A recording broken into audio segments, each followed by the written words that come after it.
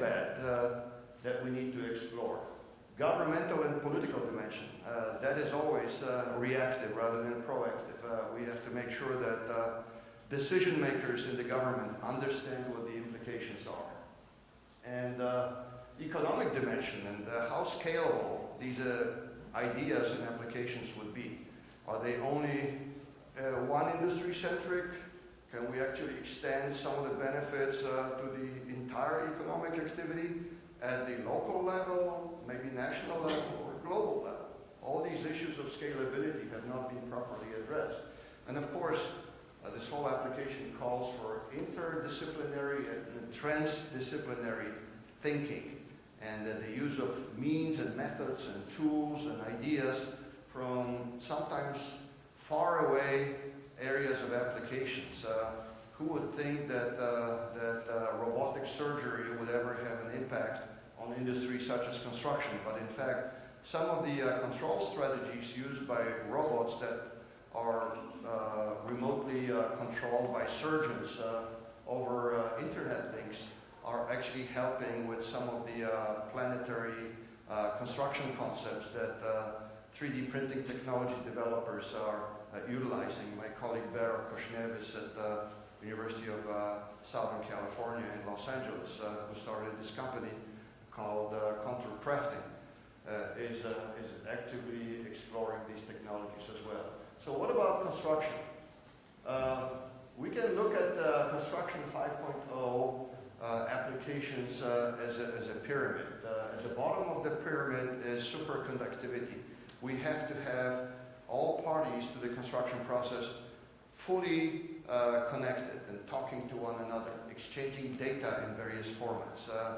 To a large extent, this is already happening, but there's still a long way to go with numerous applications. It has to be human-centric construction. So, of course, emphasis on the well-being of the construction worker, of course, emphasis on safety and health, but also beyond that, what are the implications of certain career choices that construction professionals at the trade level, for example, make to advance their careers. This hasn't been explored much. How do you turn an unskilled concrete worker into a robot operator, or someone who is skilled at using sensor-based systems to collect data that will be utilized for practical applications? And then at the top of the pyramid is the thinking about sustainability. How do we make sure that every solution that we develop is sustainable in both environmental as well as economic sense? So solutions that will ultimately prove uneconomical are not going to be sustainable over long periods of time. This hasn't been really subject of active research just yet, but this is one of these dimensions that we need to follow. So we look at all the magnitude of problems that should generate new research ideas among those of you who are in academic circles, who have graduate students who are thinking about new projects to pursue. Lots of challenges there. So what are the directions for research in 5.0? Well, human-centric accessibility is one of them. Briefly mentioned bio-inspired construction technologies. There's a lot more to research and to implement. Certainly intelligent construction materials, composite beams that complain when they're overloaded. They transmit data from wireless sensors that are embedded in those structures, and they end up in a database that generates reports to decision makers as to what maintenance strategies need to be adopted in order to make all these devices serviceable.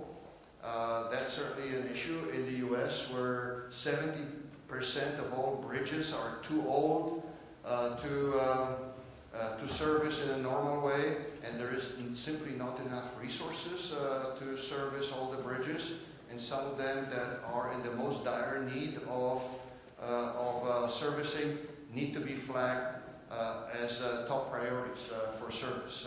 So certainly there are technologies that we can implement today, but there is a lot more to develop scalable applications.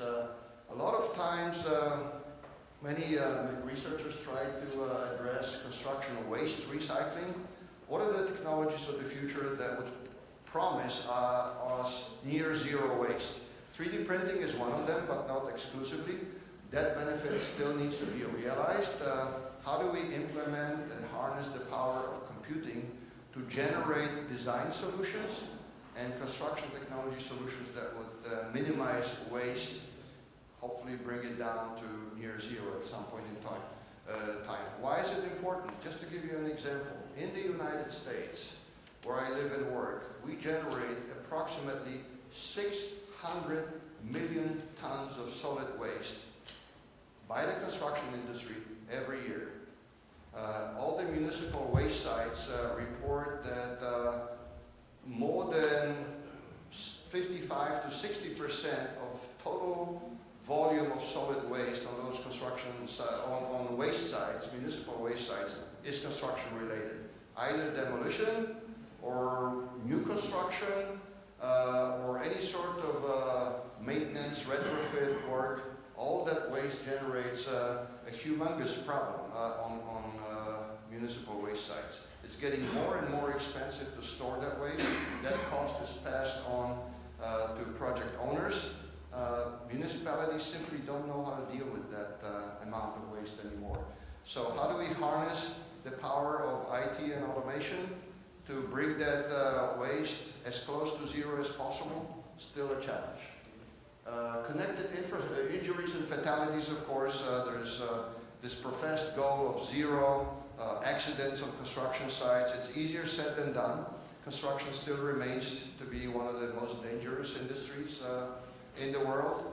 Not the most dangerous. I was surprised to learn at one point in time that agriculture was up there with construction. But agriculture almost exclusively because of fully mechanized operations and workers being overrun by machinery or putting their hand in the wrong place or it's chopped off or broken. So gory accidents like that. But construction is out there with mining and agriculture as one of the most dangerous industries. Connected infrastructure systems. So various objects in with physical infrastructure talking to one another and exchanging data and information. And of course, the generation of integrated building information models with geographic information systems, development of better BIM libraries and big data, specifically in service of sustainable construction. Huge issues that need to be addressed, and they also become part of the construction 5.0 paradigm. So this is all the time I have for my presentation. Thank you very much for your attention. I'd be happy to answer any questions.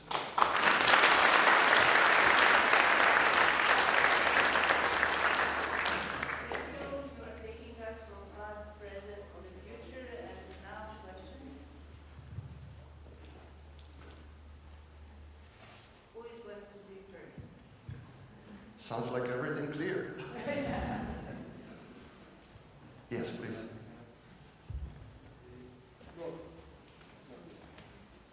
I want to learn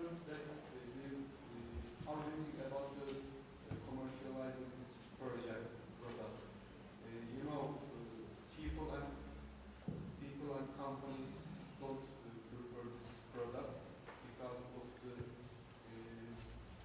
performance according to the traditional one, and the companies don't prefer. What do you think about this technology products commercializing process?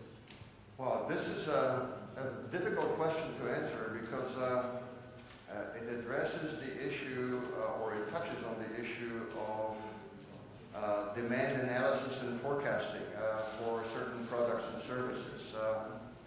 It's going to take a lot of coordination among policymakers and industry leaders to generate demand for products and services that are related to Construction 5.0, and companies that will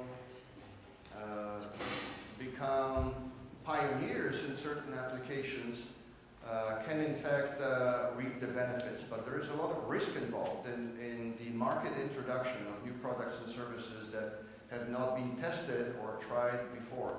We've had some spectacular failures in recent years when it comes to introduction of, let's say, integrated services and activities in the construction industry. There was a company in the United States by the name of Catera.